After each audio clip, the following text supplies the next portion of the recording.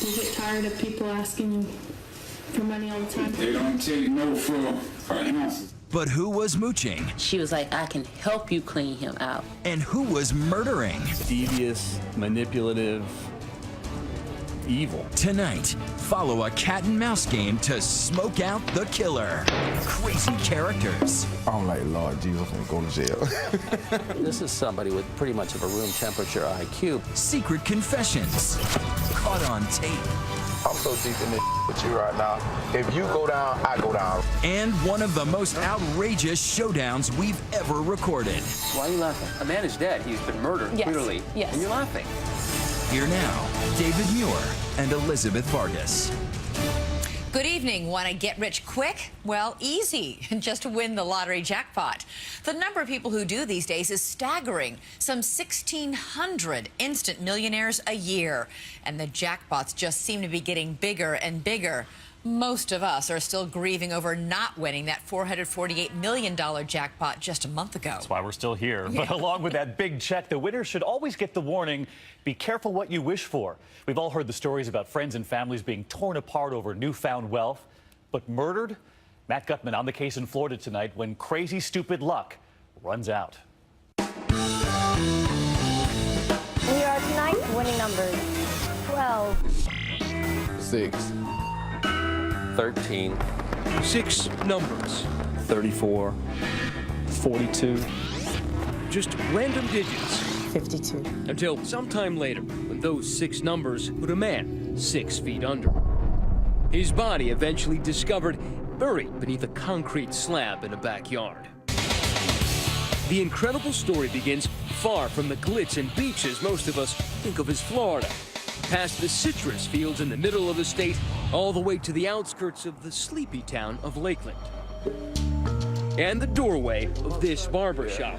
It's here where owner Greg Smith first met a 42-year-old man with the colorful name of Abraham Shakespeare. He used to come around to the shop, let him work, get paid, or buy him something to eat, you know. That's how I first met him. His name, Abraham Shakespeare, evokes both the Old Testament and Elizabethan plays. But our modern-day tragic hero would have read neither. He was illiterate and down on his luck. You know, he was a less fortunate person. You couldn't make it up. Shakespeare was like a living, breathing Lotto commercial. The kind of guy you'd love to see moving from the poorhouse to the penthouse overnight. Action News. Breaking lottery news, you're not going to believe this. And one fateful day, the fairy tale came true.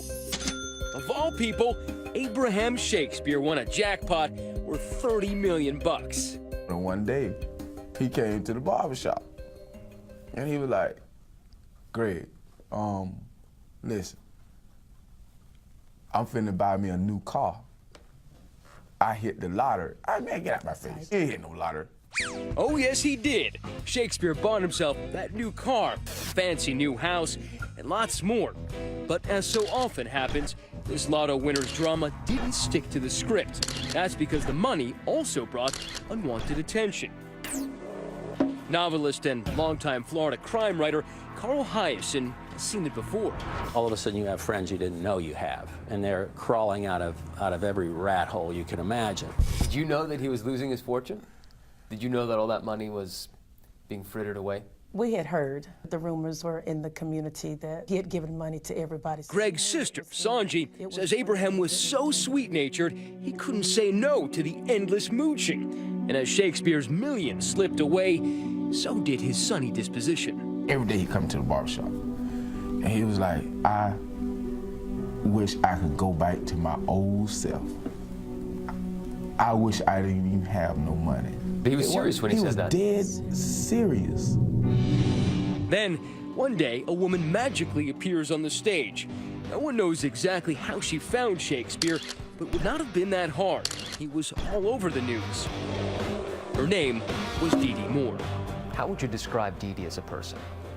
She was the type of person you couldn't put your finger on. Dee Dee was surely different. Unlike everyone else clamoring for his money, Dee Dee claimed to be interested in Shakespeare himself. She even said she wanted to write a book about him. I did a book on Organize Me Now. It's a finance book on financials, organizing your finances and everything. I never went ahead and got it published, but it is copyrighted. She seemed perfect to help Shakespeare. A money manager who came from Central Florida, she was married and supposedly running a nursing staffing agency. But had Shakespeare checked into her background, he would have found some huge red flags, convictions for writing bad checks, and making up a false story of a violent carjacking. But I think there's a lot of Dee-Dees out there. I mean, you could go to any city in Florida and a Dee-Dee would pop up if you won the lottery, maybe more than one. Why do you think he trusted her? What was it in her that got him to trust her? His illiteracy, his kind heart. When she had that introduction, Dee-Dee convinced Shakespeare she had the financial chops to salvage what was left of his winnings. As we got talking more about the book, he kept having problems with all his financing, and that's when he had asked me to help him out some. This is somebody with pretty much of a room temperature IQ, and yet here she moves in. Shakespeare purchased this house to be her office, but the book never materialized. The only pen to paper appeared to be Dee-Dee writing checks in Shakespeare's name. Do you get tired of people asking you for money all the time, Abe? They don't take no for answers. But pay close attention to this, the only video of Dee-Dee and Shakespeare together. You'll notice, instead of talking about the past, Dee-Dee asks Shakespeare about his future. So where do you want to go to? It don't matter to me. I'm not a picky person. California. You want a foreign country? You better ready? Cozumel. Later on, this video would become critical when detectives came to suspect something sinister. Are you going to miss your home? Yep, I miss it, but life goes on. Or does it? Not long after this interview, the man who was everywhere was suddenly nowhere. Shakespeare stopped coming into the barbershop. No one saw him driving around town with Dee-Dee anymore either. Where was he? How many cases do you think he worked? 60 to 100 investigations. Where does the Abraham Shakespeare one rank? It definitely has to rank number one. I mean, it's the one that sticks out the most. Detective David Wallace and his team of investigators entered the picture soon after. You knew that something was fishy, but it seemed like you didn't have enough evidence. Correct. With everyone wondering what had happened, Dee-Dee was the only one with an answer.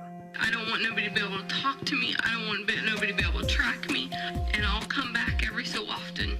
She explained to the detectives and anyone else who asked that Shakespeare had skipped town, tired of people hounding him for cash, just as that videotape she created seemed to suggest. Are you going to miss your home? Yep, I miss it, but life goes on. Only one problem. The cops find no corroborating evidence. Shakespeare has simply left on his own. We certainly hope Abraham's alive and well, and he has successfully hidden himself away. But our investigation doesn't lead us to believe that at this time. It's about this time that Dee-Dee reaches out to Greg Smith. Turns out, Greg isn't just Abraham's boss. He's one of his borrowers, too. He owes Shakespeare 63 grand. I was going through some bank issues, and I was waiting on the bank to give me a loan. And he was like, well, why don't you just pay me back? Next thing I know, he had papers drawn up in a $63,000 check. The cops would learn that Dee-Dee now has a proposal for Greg. Help her avoid the heat, and she'll help him avoid his debt. Fast forward a few weeks to a most unusual night at the local Cracker Barrel. Dee-Dee is having dinner with Shakespeare's mother, Elizabeth, when Dee-Dee's phone rings. She says it's Abraham calling from wherever he is, but in reality, the caller is none other than Greg Smith, Abraham's friend and boss from the barbershop, now in cahoots with Dee-Dee. I was like, Mom, how you doing? This Abraham. I'm okay. I just want to let you know I'm okay. And I hung up. So that's how he spoke, just sort of how he slowly talks. and haltingly. That's just how he talked.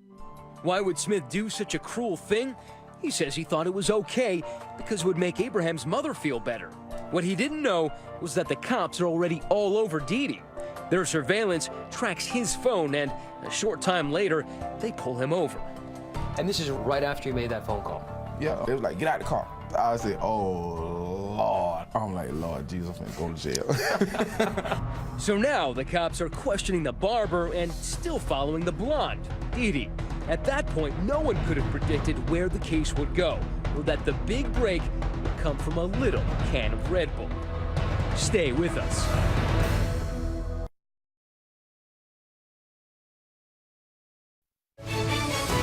'20 continues with crazy, stupid luck. Once again, Matt Gutman.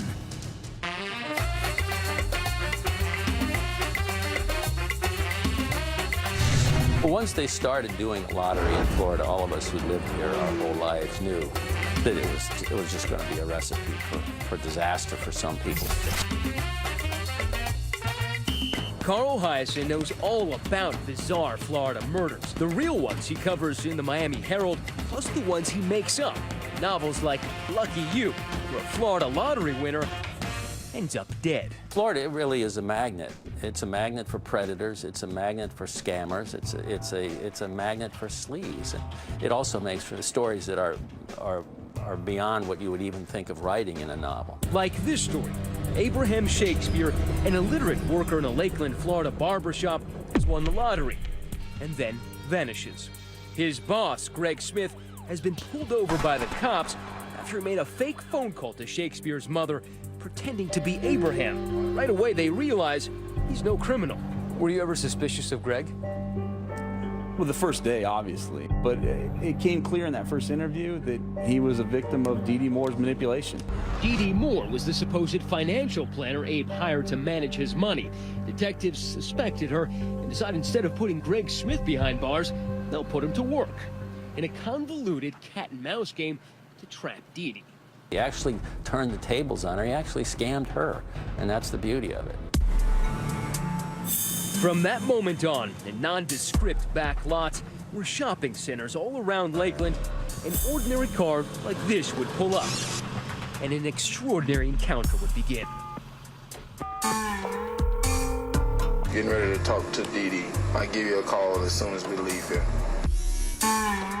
With no police experience whatsoever, barber Greg Smith has become a Sunshine State Serpico, a top-secret undercover police operative gathering evidence on Dee Dee Moore. The trap is set. Everybody in town seemed to think that he's come to a bad way, but nobody had any evidence. I didn't set a plan out to go catch him. I just told him I'd see what I could do.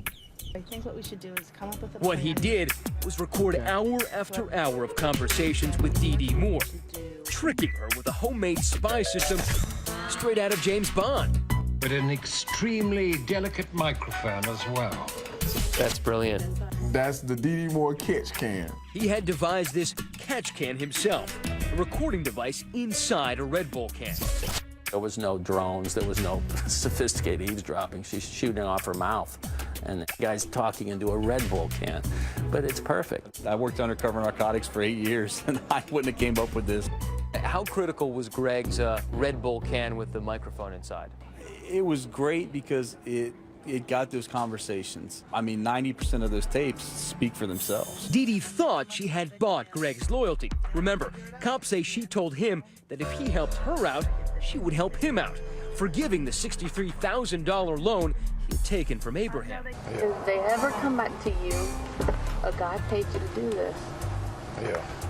For Abraham. In this conversation, she wants Greg to call a man who'd been telling the cops Shakespeare was dead, using a fake voice, convince him that Abraham was alive and well. See, he keeps telling everybody Abraham's dead. The other day, he went around to the bar and said all kinds of He's killing me, man. Well, I'm finna go do this here right now. Are you sure he's not gonna know your voice? Because if that's Baby, blown, we're I got you. Dee Dee's name, of course, was not to be brought up. Well, they'll never know about you anyway. I never give you up. You know what I'm saying? Ever. This is one of the many recordings revealing Dee Dee's plots and unguarded thoughts. I'm so deep in this with you right now. If you go down, I go down right now. Yeah. You don't understand Ever. that. If you go, I go.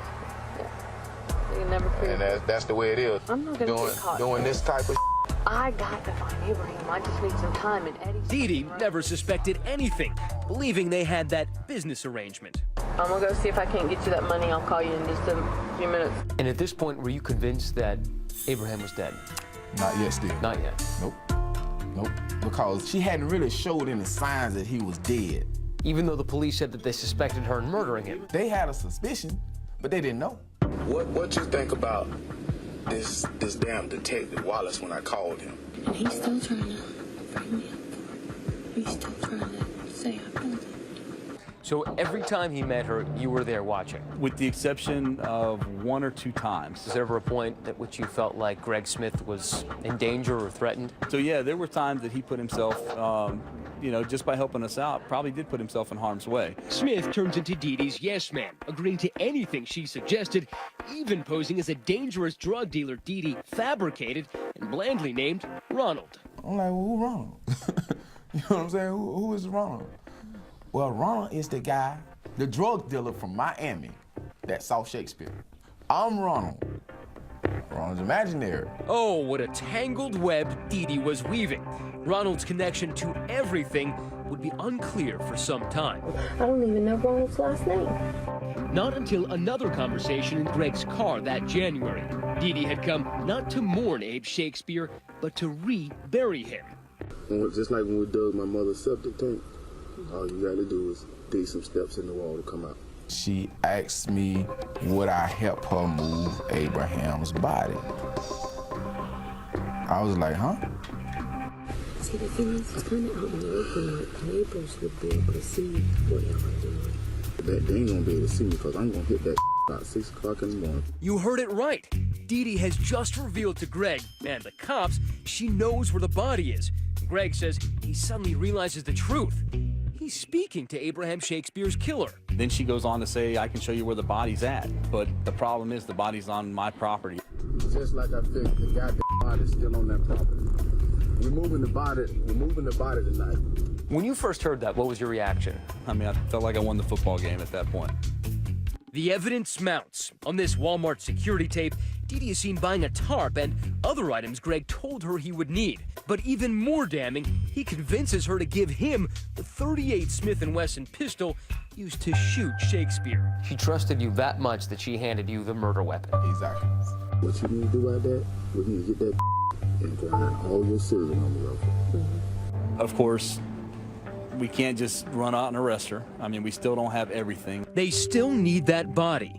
But soon, thanks to Greg, they dig it up right where Dee Dee had told him it would be, on her property under a concrete slab. Cause of death, 2 shots from a .38. Once they found the body, it was over. You know, it was over. He didn't crawl in there himself, and the only one who had a motive to do that was her. Well, you gonna arrest me? That's up to you. I want to know what happened, but that's up to you, okay? The jig is up, but Dee Dee is still dancing.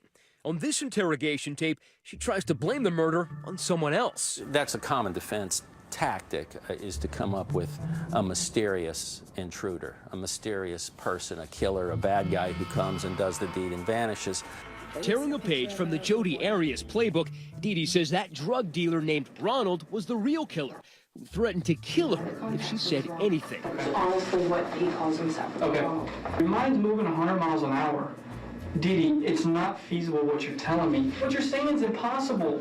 No one buys the story. Dee Dee apparently forgot she had asked Greg to pretend to be Ronald the drug dealer. She forgets that she had put you up to be Ronald. Exactly. And that you know that he's imaginary. Exactly. She forgot I was Not that smart after all.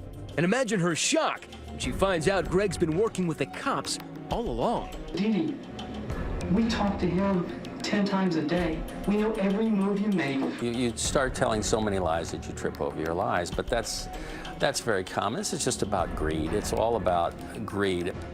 Next, the jury hears how Shakespeare lost his wallet before he lost his life. She made it sound like she wanted to clean him out. Stay with us. So if you won as much money as Abraham Shakespeare did, would you let everybody know or try to keep it a secret?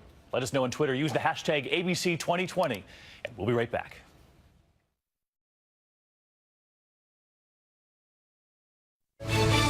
'2020 continues with crazy, stupid luck. Once again, Matt Gutman. Tonight, the largest jackpot in Powerball history could be yours. It was just a matter of months from when lottery winner Abraham Shakespeare met Dee Dee Moore to when he wound up dead. Abe Shakespeare was a sitting duck. There was just no way it was going to end well. Now, who knew it was going to end this badly? State of Florida versus Doris Donegan Moore. This is where it ended up. A courtroom and a murder trial for Dee Dee Moore. Yep, that's Dee Dee, cut off from Clairol in custody. She's now a brunette. She took extreme, calculated steps to avoid detection. Dee Dee pleads not guilty, and though she never takes the stand, jurors still hear plenty from her in court, in a stream of dramatic, emotional outbursts. Court officials mercifully turned off the microphones, but the judge still had distinctly negative reviews. Just a moment, ma'am. Just a moment. I'm going to tell you once again, you need to compose yourself. You understand that? Dee Dee has reason to be upset. Witness after witness seemed to condemn her from the stand. Everything in this investigation pointed in the direction of one person, and that was Miss Moore. She would pop up at the oddest times with the oddest stories. Santeria Butler, the mother of Shakespeare's youngest child, became a key witness. She made it sound like she wanted to clean him out. Why do you say that? Because she wanted to know about all of his assets, and she was like, I can help you clean him out. Here's how prosecutors say Dee Dee did it. She had her ex-husband, John Moore, who knew nothing about the evil intent, dig a hole in her backyard, supposedly to bury garbage. Later that day, she shot Shakespeare, put him in the hole, and finally paid a concrete crew to cover that up. Members of the jury, you are about to hear recorded conversations. These recorded conversations are proper evidence. But the case is really all about those secretly recorded audio tapes made by Shakespeare's old friend, Greg Smith. That's Miss Moore getting back in with Mr. Smith. Did he ask him if he's okay or whatever? Yeah. Well, is he still living? The jury hears Dee Dee Moore continuing to instruct Smith to tell people Shakespeare was alive, even though he now knew his gentle friend was dead. You tell him, yeah, he's still living. I said, yeah, he's still living. I said, if anybody want to know if he's still living, yeah, he's still living. Prosecutors say the recordings show Dee Dee's efforts to cover up murder. But I guarantee you, Ronald has killed her. I just know it because the man threatened to kill my son. Here she sounds confused. She's telling Greg about Ronald, the supposed drug dealer who she claims killed Shakespeare. She probably forgot that she'd already asked Greg to pretend to be Ronald. They were doing a big drug deal and Ronald kept turning over his money. I think Ronald killed him for the money Abraham had on it. You call Ronald. You tell this motherfucker, listen here, we finna get you out of this. We need to know where this motherfucker at and if you done did it. It may seem hard to follow the plot of the play in Dee Dee's mind, but it's crystal clear to Greg. There is no drug dealer named Ronald. Did Miss Moore address who to blame if you got caught? Yes, she was addressing the guy Ronald, the imaginary character that she made up. Greg testifies how Dee Dee thought she could fool everyone. For example, when she concocted a fake letter. I'm gonna go to the hotel, I'll write that, go throw it in there, and that's it. It was supposed to be from Abraham himself. Dee Dee wanted Greg to deliver the letter to Shakespeare's mother. She reads it back to him when she's done writing. I need some time. I will see you, I promise. Give me some time.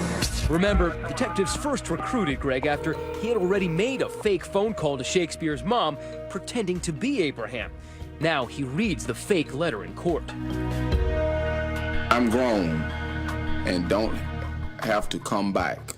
It takes him 20 minutes to read this forged Shakespearean soliloquy. But one large problem with the plan, Shakespeare's mom would have known Abraham couldn't read or write. I've been through a lot, Mom. You should understand more than anyone. I just need time. How do you do this to a woman, 70-plus-year-old woman who hasn't seen her son in months? I mean, devious, manipulative, evil. I like being missing, just not all over the news. I think the defense had its work cut out for it. Dee Dee's defense to all of this, her lawyers describe the case as circumstantial. That there is no direct evidence against her. No witnesses' DNA or fingerprints directly linking her to the shooting.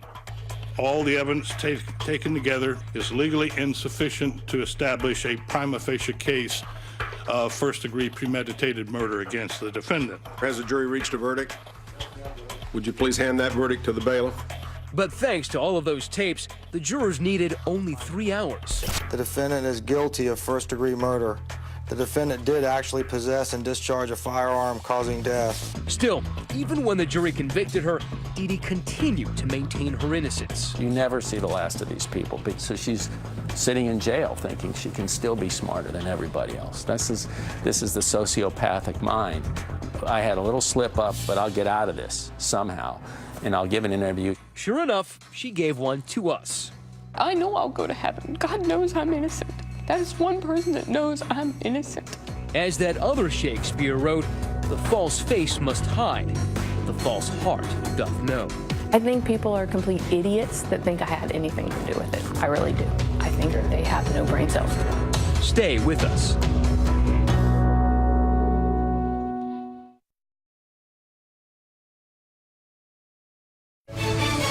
This special edition of 2020 Crazy Stupid Luck continues. Convicted murderers rarely talk while they still have appeals left.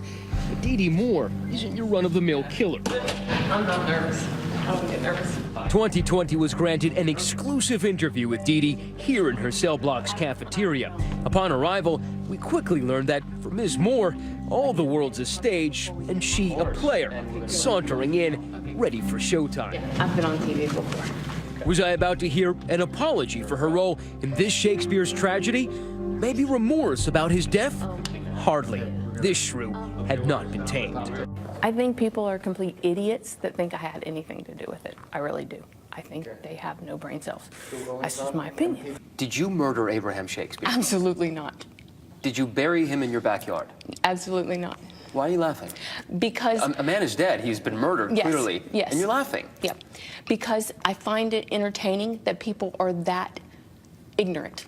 Because there are so many things that proves my innocence. You're gonna say. Detectives say she's a woman who believes she can convince anyone of anything. You ended up in his house with all the rest of his money. Then he ended up dead in your property. Okay, but shot by your gun. You don't find any of that unusual or odd? Absolutely not, considering the people he hung around. I only knew this man for 4 months, so I think everything that people are saying is very ignorant. I knew this man 4 months, and I'm just gonna, oh my goodness, I met this man, and you know what? I'm gonna plot a murder in 4 months. Welcome to Dee Dee's world, a place where she is the star and heroine. Let me show you this. And this is fan mail. This is people. I have more than fan mail. I have places that's wanting to do a big screen, a movie producer doing a big TV screen production of my case. They want to reenact my whole case. Like any decent actress, she could switch emotions on a dime, at times full of bluster. I made good money myself. I didn't need Abraham Shakespeare's money. I don't understand how you went from being a potential biographer for Shakespeare to being somehow his money manager and confidant. Because that's just my nature. I tend to help people out when they're in need. So when Abraham needed help, I just jumped in and helped. How did you get yourself into this mess? Stupidity. I am not a person to hang around drug dealers. I'm not a person to hang around bad, mean, evil people. I wouldn't say naive. I just was not street smart. Then she would melt into utter despair. When the guilty verdict was read. The defendant is guilty of first-degree murder. The defendant did actually possess and discharge a firearm causing death. What went through your mind? They murdered me by the hands of justice. I'm murdered. You might as well kill me, because this is no type of living in here. I would never harm another human being. I would never hurt nobody. I liked Mickey Mouse and Donald Duck and Disney. I like Tinkerbell and kind things. I'm not a mean person. I know I'll go to heaven. God knows I'm innocent. That is one person that knows I'm innocent. If God believes her, why didn't the jury? She blames a bad lawyer. I personally would have convicted myself for what they got to hear, but they didn't get to hear my side. They didn't get to see my evidence. They didn't get to hear my witnesses. Why didn't you take the stand then? Because my You had lawyers... every opportunity to defend yourself. I wanted my witnesses to take the stand, for me to take the stand. My lawyer says we didn't need it. Your lawyer was that convinced you were going to win? Yes. However, the lawyer, Byron Heilman, told us the decision not to testify was Dee Dee's. We discussed with Ms. Moore whether she wished to testify. That discussion had gone on for quite some time, and she made the decision not to do that. So they think I'm guilty by sitting there looking down. Nevertheless, since she claims her case was not presented in court, she laid it out for us. Sort of. People were trying to frame you. Absolutely. Why? Because, first of all, I was an easy target. A target, she claims, for drug dealers, still sticking to that story about the so-called drug dealer, Ronald. She explained that his band of killers threatened her. They were going to take my son and kill him and chop him up and put him on my doorstep. Who? These guys that the sheriff's department says didn't exist. That we have witnesses that they do exist, and there's blood DNA at the crime scene of them. I can't make up DNA. I'm not a magician. Detectives say they didn't ignore blood at the scene, but say it proved nothing about Ronald.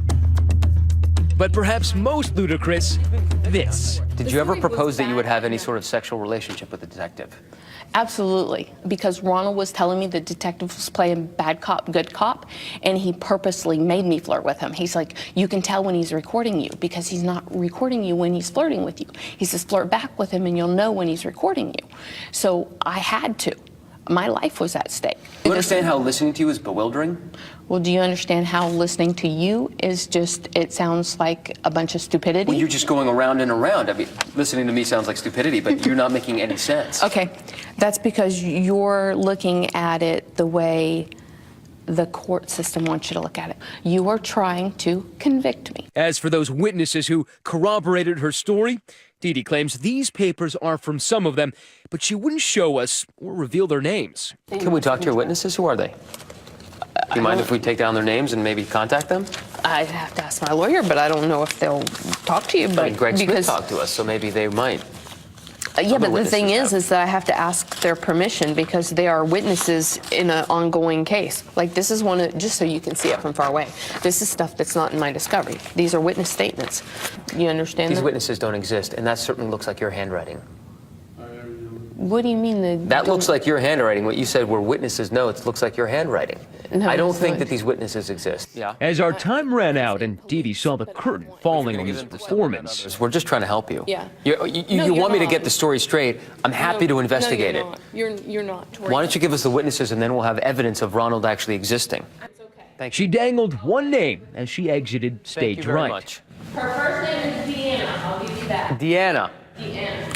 We asked the detectives about Deanna. They say it was just Dee Dee's latest concoction, a final parting lie from a convicted murderer who was set to spend the rest of her life behind bars. As for Greg Smith, the man who played the fool in order to put Dee Dee away, you can find him back in the barbershop, still cutting hair. And just a couple of miles down the road, a simple resting place for Fortune's least favored son, Abraham Shakespeare, a man who just played the lotto hoping for good luck, and found out the hard way that indeed some rise by sin and some by virtue fall. Next, the office lottery pool. Can it turn into a Shark Tank? I was paranoid about going out of the house. If you think chipping in always brings you together, think again. The do's and don'ts of doing it in a group. Winning, that is.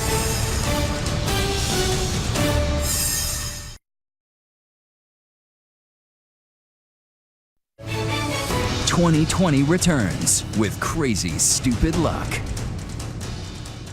All right, I've got good news and bad news. Let's start with the good. You've just won a big lottery.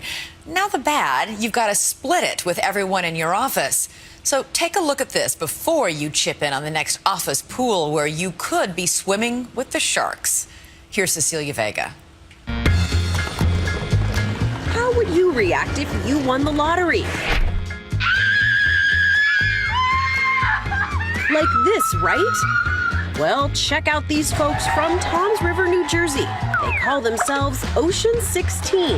They're a group of 16 government workers who just last month announced to the world they were millionaires. We're very happy, as some of my friends would say. They banded together to buy a ticket for the $448 million Powerball drawing. I hope you've got those tickets. Good luck. Lo and behold, they won. Ocean 16 looks an awful lot like this group. The Lucky Seven. 7 co-workers from Queens whose ship also just sailed in. How do you feel winning all that money? All in all, pretty damn lucky. The truth is, though, these folks are all actors, the stars of the new ABC TV program, Lucky 7. But on the show, premiering in 2 weeks, winning the lottery isn't the end of the story, it's just the beginning. You okay back there? The drama is what happens next. In real life, it's a story you don't hear that often. What happens for all those people we see on TV once the jumping up and down and smiling for the cameras finally comes to an end? It was a bit of a surprise for this group, also known as the Lucky Seven, co-workers in a medical lab in Orange County, California. And I'm looking at the numbers and I'm looking at the ticket. And I said, holy I think we won the lottery. Jennifer Habib says the first big shock about winning was how uncomfortable she quickly felt. I was paranoid about going out of the house for a while. The pictures by that time had been taken and were in the paper, and I didn't want to be identified. That's part of why she and all her coworkers soon quit. Sure, they didn't need the job, but they say being there made them uneasy. When you win the lottery, it throws you into such a conundrum of other problems that you can't even begin to anticipate. And it's really hard when you've never been exposed to that kind of money at any one time. With their newfound freedom, one coworker split the money with a spouse and promptly got divorced. One moved to the Philippines and took up pig farming. None of them anticipated getting sued for a share of the loot, but it happened. A jealous coworker tried to convince a judge that he was part of the group, even though he was off the day they purchased the ticket. The judge didn't buy it. Turns out, it's not uncommon. In Elizabeth, New Jersey, the hard-hatted 5 construction workers weren't fighting someone outside of their group, but the guy who bought their winning ticket in the first place. He tried to claim he picked the lucky number separately from his group purchase, but he couldn't prove it in court, and everybody kept their booty. But in Indianapolis, Indiana, the sensational stylists are still waiting for a judge to sort out who gets what in the case of a group of hairdressers in a similar tangle. They can't agree if the winning ticket was bought for the group or not. At this real estate office in Plantation, Florida, though, it's a very different story for the Good Samaritans. And there it is, our $1 million Powerball check. When a group of workers here got their Powerball winnings, there were no lawsuits. This is what I bought with my money. With my money, I brought a new car.